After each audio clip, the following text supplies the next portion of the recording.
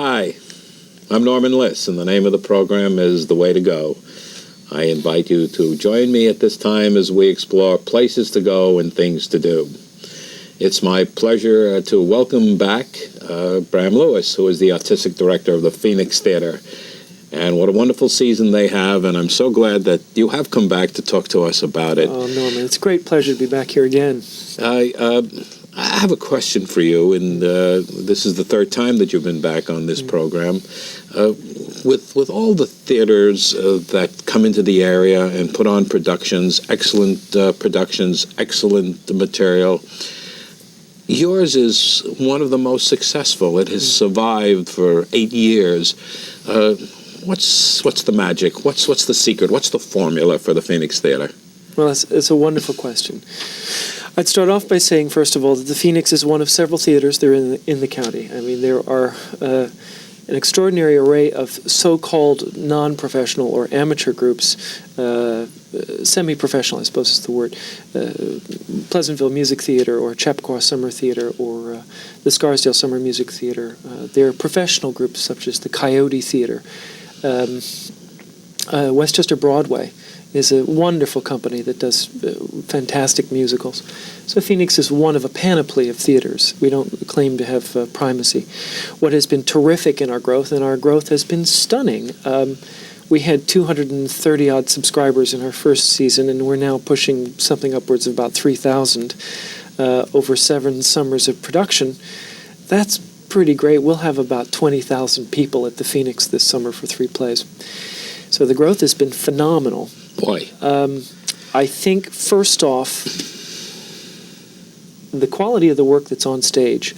We started with a lot of heart and some know-how. We had very little money at the outset, but we always had good actors and good directors. And so the quality of the work began with the artists who were invited to perform. So the product, what was on stage. If you have a good theater, it's got to be somewhere to do with the work that's on stage. That's point one. And then point two is I think we've been able to grow and expand because there's a point in a young company's growth where if you're fortunate and clear-headed, you can start to take the people who are walking in the door who get interested in you, your board members, your future board members, your administrators. Some of the people in this county who are wonderful who have lent their support. Gail Mack now does our press relations, walked in the door at the Phoenix in our second year. Gene Minkow, who's our general manager, is a fellow who has worked with some of the best theaters in the country, Trinity Rep, the Arena Stage. He's a resident of Yonkers, and he came to us last year. He's made a tremendous difference. So that our board has been stronger and stronger, and it becomes teamwork after a while. This season, the 1994 season, is dynamic, and we ought to talk about that now. So excited about it. It's starting in May with Glass Menagerie, and why don't we talk about that and who your director is? Glass Menagerie really brings a twinkle to my eye because, first of all, I adore the plays of Tennessee Williams. Arthur Miller said of Tennessee Williams and the Glass Menagerie that, when a revolution hits, it's very rare that they remember what the first wave of it felt like. But the fact is that Glass Menagerie, when it opened in 1940 on Broadway, set an entirely new standard for lyricism and poetry in the American theater, which has rarely been equaled since. He's one of our greatest writers. Well, Tennessee Williams was great friends with an actress named Carrie Nye, who's married to Dick Cavett and who's done wonderful things on Broadway, and a great director and a friend, Ellis Rabb. Now, Ellis Rabb ran the APA Phoenix when it was on Broadway, has a 25-year history of winning Tony Awards galore. The original Phoenix from which we sprang, exactly. And Ellis is a friend and one of the, I would say, 3 greatest directors that we have on Broadway to this day. So Ellis and Carrie, 12 years ago, Carrie was actually being persuaded by Tennessee Williams and Ellis Rabb, wouldn't she consider doing Amanda in the Glass Menagerie? And she felt that, well, I'm a little too young at this point. And 12 years later, it's unfortunately that Tennessee Williams is no longer with us, but this production literally was started up in their kitchen 12 years ago. I should also say that it's a labor of love because a young actress named Emily Bly who also knew Tennessee Williams very well. It's a play that has always been in her heart, and she knew Ellis, and she got the spark going with Ellis, and Ellis came to me and said, I want to do this play for Emily, and I want to do this play for Carrie. So we're very Is that honored. the evolution? It's people talking to people? Is that how you put together your season? It's really a bit like six blind men discussing what an elephant is like. But yes, there's so many different ways in which a product can take shape. For example, starting with Ellis Rabb, I adore his work so much that any chance to have him on any stage, anywhere, is worth the price of admission. So I had been in conversation with Ellis as far back as October about various projects that he might be interested in doing. Sometimes it will be a particular performer. In the case of Emily Bly, I think, who really initiated the project, it was a chance for her to work out her young artistic goals. She's going to be a producer. We're giving her young company credit as co-producing this with us. And it's wonderful to see the opportunity take flight and shape. So there are all sorts of different ways. Sometimes it can be because George Grizzard, for example, last year with Sullivan and Gilbert, it was just wonderful. I knew great. he was... I loved it. It was a great performance. It was when he and Tim Jerome in the second half did a number called "When I Go Out of Door," one of Gilbert and Sullivan's most wonderful arias. They brought down the house, so much so that the applause wouldn't die down, and they had to do an encore. And I used to go sneak up, because I see almost every performance, I used to go up into the bleachers and sit and watch the audience just going wild. And it makes your heart... Now, you mentioned the bleachers, and this would be a good point to say where Phoenix Theater has been playing for the past 4 years. So. We're coming up on our fourth season at the State University of New York, the college at Purchase. Now called Purchase College, by the way. Now called Purchase College. So it's a phenomenal performing arts center, which has been the home for a number of artistic groups, the New Orchestra, and lots of wonderful people perform there. We're in residence from early June. Our first show opens up even as we speak, really. And then we will go through the summer. We'll end up in August. Now you talk about the Six Blind Men and the Elephant. Let's talk about what you came up with in setting up this elephant. Okay. What about the rest of the season? The next thing that I found in my sojourns, I've always loved the work of Yip Harburg. He is a dynamic lyricist. In fact, one of Broadway's greatest tune masters. He was the lyricist for a number of revues early on with Bert Lahr.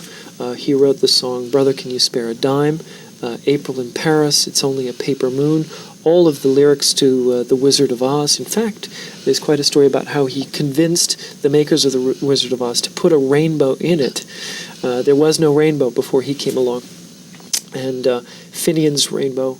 And I wanted to do Finian's, and in tracking down and researching all the stuff on Yip, found this fantastic new musical, which has over 40 songs from collaborators like Jerome Kern and Julie Stein and Harold Arland and some of his greatest collaborators. He wrote 500 songs.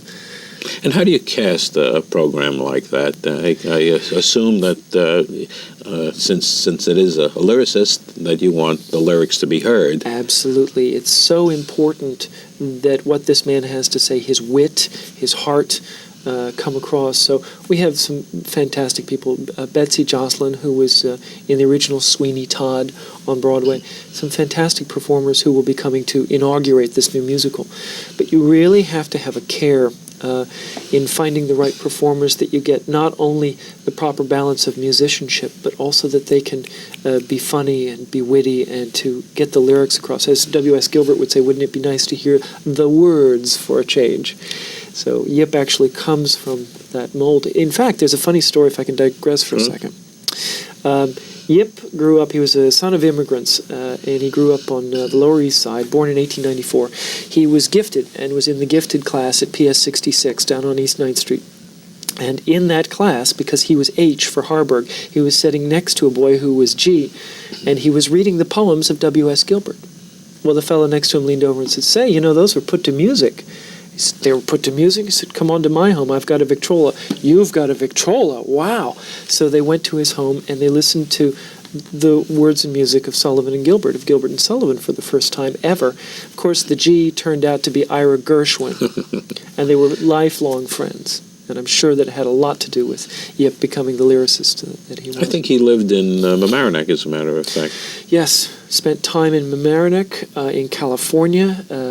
He has a long history, and his son, Ernie Harburg, has been very successful and has become quite a friend in the course of this project, because we really hope for big things to come from it. I recall a program that was done at the Lyrics and Lyricists at 92nd Street Y, of the lyrics of Yip Harburg, and I know that it's just phenomenal lyrics, and with some great composers. He inaugurated that series, I believe, and Yip was a great speaker.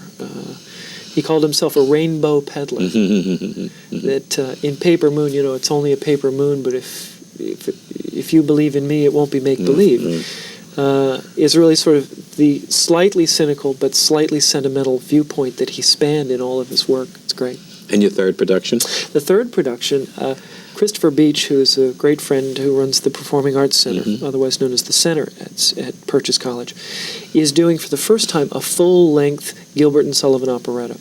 So we thought it would be wonderful that the two groups working in tandem in the Center at the same time, that if we did a Victorian piece. So I looked through all of my Victorian plays, and I came up with a play called The Crucifer of Blood. It was on Broadway in 1979, and it's based on Sherlock Holmes' one of his most famous cases, The Sign of Four. And it starts off at the gates of Agra in India. It moves to 221B Baker Street. It then goes to a spooky place called Pondicherry Lodge, and then there's a final climactic boat scene on the Thames, a chase scene on the Thames. So I think it's going to be crackling good Victorian theater. There's a wonderful variety in your programming. I assume that all are going to be top flight productions. Oh, I certainly but certainly the appeal of the variety, you do have I know subscription audiences, and you want to make sure that you satisfy people who see all three, but at the same time you're giving them different type of production, so it's not all straight hard, it's not all classic. I think, to go back to your earlier question, it's really part of our mission changed as we grew, because the history of professional theater, and I must stress once again that this is a really professional undertaking that we put on, has been very, very meager in Westchester County. In the last 13 or 14 years, there have been 16 professional companies which have come and gone in that time. So when we started off, we did plays and rotating repertory with a body of 15 actors. We shifted a little bit in our mission, because really I think the county needs a powerful Lort theater with a regional mission to create a standard where none has been able to attain. For example, in Princeton you have the McCarter Theater.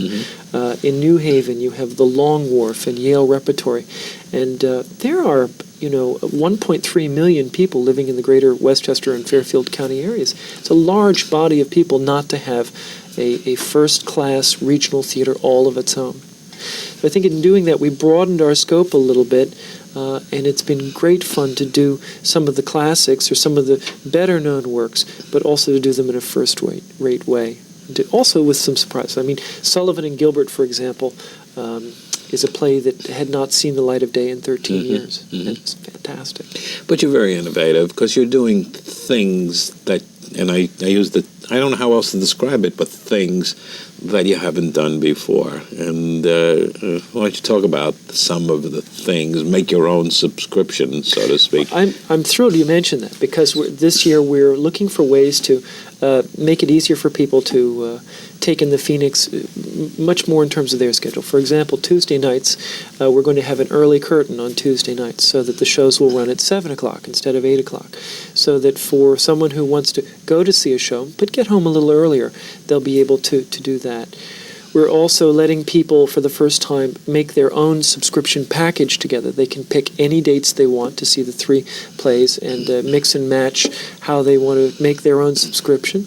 We're also innovating in some other ways. We're going to have playwrights in context discussions after each of the plays. On a Thursday night, we have invited guest speakers. Howard Stein from Yale School of Drama is going to come and talk about The Glass Menagerie, which will be a wonderful honor. Dina Rosenberg, who is the head of the musical theater department at NYU, is going to come and talk about Yip Harburg.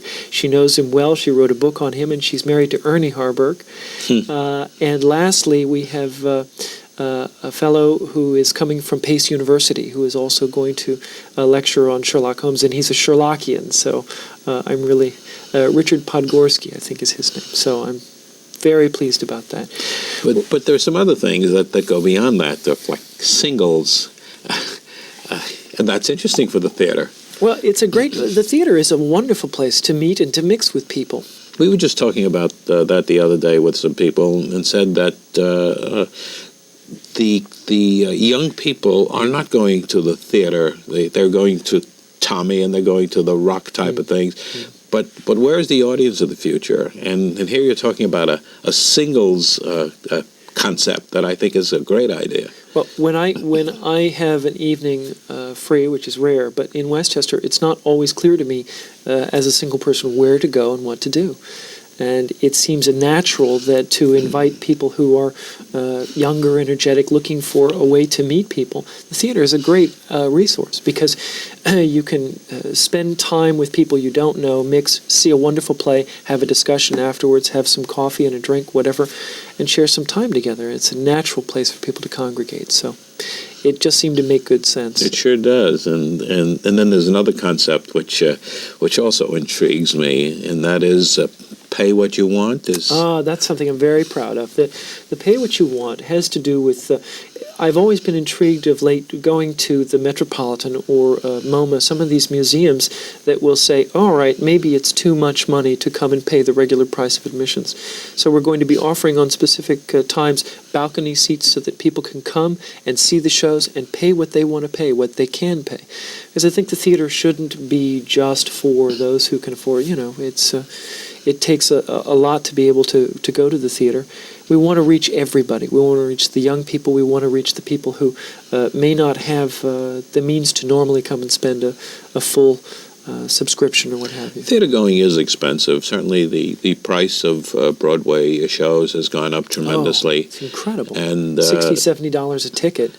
And the interesting part is that there are so many discount ways. In New York, you have the tickets line that half-price tickets booth. Best thing that they ever did was. And when you're at that line, there are people handing out circulars that say, "Don't wait on the line. Come to the theater and show this, and you can get it for the same price." Absolutely. And you have the TDF vouchers, or right. the mailings, where people can see all sorts of Broadway and off-Broadway shows for anywhere from $8.50 to $13.50. Yes.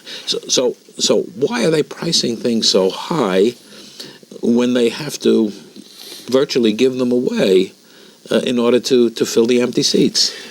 I had a long talk with a man who is arguably the classiest producer Broadway's ever had, and that's Robert Whitehead. Mm-hmm. Robert Whitehead lives in Bedford, actually Pound Ridge, I think, and we were talking about the new contract, which is a mini contract where you can produce on Broadway because they're trying to bring more plays in. He told me that with $400,000 or $500,000, you could put a play on. Fully one-third of that, that's $150,000 to $200,000, would go to cover advertising alone. That in order to generate the kind of knowledge that the play was on, to compete with everything else, so much money goes into advertising. So right away, your expenses are just rampant. The union situation with the houses in New York, I know, is tough. I really don't think the actors are making that much these days on their salaries. I know a lot of actors I know have gone to L.A. to do film and TV in order to replenish their budgets, but it really does take a lot by the time you've hired. For example, Les Liaisons Dangereuses, a wonderful play that closed about 2 or 3 years ago, was going to move across the street. For them to just move it out of one house across the street to another house was going to cost, it was going to take 6 hours, and it was going to cost $250,000, and the producers opted to close it rather than to put up with all those costs. Here in Westchester, what we have is a situation in which, for a great deal less, sometimes a third of the price of a Broadway ticket, we have the very same stars and people who you've seen on Broadway. So it's a great opportunity. It's one of the reasons why I really wanted to get away from Manhattan, because I think that the chance to do something different with really great people is much more exciting here. Yeah, that's probably one of the important reasons that you've been so successful. You mentioned the Westchester Broadway Theater, which put on wonderful productions, produced them themselves at a good price when you consider that you get a fully served meal at and the same show time. at the same and time. the quality of the shows, I saw Evita there. It was the fourth time I've seen Evita, and I thought that this production was the best that I'd seen of all of them. Yes, I thought the Evita was excellent. I saw it. So the fact is that you can put on good theater at a reasonable price if you don't have the problems of all the expenses that you have in New York. I think it's interesting. I had an interesting conversation with a friend of mine, Jacques Lasourde, who's the critic for Gannett, and he was of the opinion that we were a really wealthy theater. I mean, we have a summer budget which is about $600,000, and that seems like a lot of money to a lot of people. The fact is that new musicals, when they were here, were operating with a budget for 4 shows of about $2.3 million. The Coyote Theater probably has a good deal less resources than we have. Westchester Broadway is probably more on par. But it is expensive. When you take, there are probably 80 people on staff at the Phoenix when we're in the midst of putting on our 3 shows. Carpenters, scene painters, people driving vans, people running props, people who are building costumes, people building sets, the actors, the stage managers. It takes an army of people to mount it. So mostly the economics of theater were put together in the 1800s, so it's really kind of an antediluvian art form. What's great, though, is to do impressive new works and still make an old system shine. And again, I think impressive new works is important. What you're doing and how you're doing it are equally important. I think this might be a good time to tell people what number they should call if they want more information. Oh, absolutely. So what is the telephone number? At SUNY, the Phoenix number is 251-6288. That's a 914 number. That's a 914 number, of course. And would you repeat that again? Yes, of course. 251-6288. We'll get you to the Phoenix Theater, and we'll be very happy to take your call and give you a subscription. And we'll put that information on the closing credits as well. Are you going to be performing in any of the shows this year? I'm always a little cagey about that every year. Last summer I wasn't supposed to perform, and then all of a sudden I appeared on stage to take the place of an actor who suddenly got a film in California in end of summer. But no, I really think that this summer, I mean it, I'm not going to be on stage. And do you miss it? I do. It's a great satisfaction to take the stage, but I also find it in various ways. For example, people who know me know I love Shakespeare. Earlier today we had, because we do a lot of work in the schools with Shakespeare, and we were just at the Woodlands High School with some phenomenal actors, and I got to act in Midsummer Night's Dream and Julius Caesar, and these are wonderful opportunities for me. So as an artistic director, I get to hang up my hat and put on my acting spurs. But don't you miss performing? There's something about it that actors tell me that never gets out of their systems. Yes, the thrill of being in front of a live audience. You cannot imagine, as a room goes quiet, to hear what you have to say. And if you're in a tragedy, to hear the response of someone weeping. I'll never forget last year, the opening night of the trip to Bountiful, Ellen Burstyn in Act 3 was so moving. There was a woman in the balcony who could not stop weeping, and she was openly sobbing. And that sound of that woman's human voice sobbing as Ellen's character got home after trying anything and everything to get there just was a revelation for all of us, because we were feeling what she was voicing, And Ellen was making us feel that. So there's a way that the community of human beings comes together that is electric. That is not distracting to a performer to hear something such as that? I think that in the grip of a passion, that when you know that your audience is responding so totally, completely, it's a great compliment. Likewise, too, as a playwright or an actor, when you hear lines that you have written or that you are saying, and there's a funny moment, and you have the pause, and then you do the line, and 500 people suddenly guffaw, it's a tremendous feeling. You just... you feel great. I mean, how about the other aspect of it when someone laughs at everything, even though it perhaps isn't that funny, or one person has an uproarious laugh? Is that distracting? That's terrible. Then you've done something very wrong. Either when you don't get the laughs. I'm reminded of a wonderful old vaudeville actor who was in a play in Chicago, and they were doing Sly Fox, and they couldn't get a laugh, and they couldn't get a laugh, and they couldn't get a laugh. And a friend of mine was in the audience, and he thought it was very funny. He started to laugh. So the actor, grabbed his partner, moved all the way over to that side of the stage, and started doing the scene to my friend, who then, as he was laughing, the rest of the audience started to laugh. They finally invited him afterwards to a drink. They said, "We have been getting nothing but dead air all week, and you finally got us going." And the laugh stayed. How do you keep from being distracted? I saw a show the other day, and in the middle of it was a musical, and in the middle of it, suddenly the house lights came up and stayed up for about 3 minutes, and then came up brighter. Mm-hmm. And something had gone wrong in the computer or somewhere that was running it, and they just kept right on going. I'm sure in the back of their minds they knew what was going on. I'll tell you a story to sort of amplify. You better tell it fast because we're running out of time. Yehudi Menuhin had a terrible time playing his violin. He would get stage fright. He went to India to study breathing with yogas there, and he mastered his breathing. Sean O'Casey once said that an actor worth his salt will be more exhausted at the end of 8 hours, at the end of 3 hours, than a bricklayer at the end of 8. It's because of that concentration, that razor-sharp concentration, where you're doing anything and everything you can to serve the character's needs. So it really does take tremendous concentration. It must. Yeah. Well, this show has taken tremendous concentration, and we've run out of time, and I thank you very, very much for coming. It's been a pleasure, as always. My guest today has been Bram Lewis, the artistic director of the Phoenix Theater. It's a wonderful season, and I urge you to do whatever you can to see it. I'm Norman Liss. The name of the program is The Way to Go. And until next time, enjoy yourself.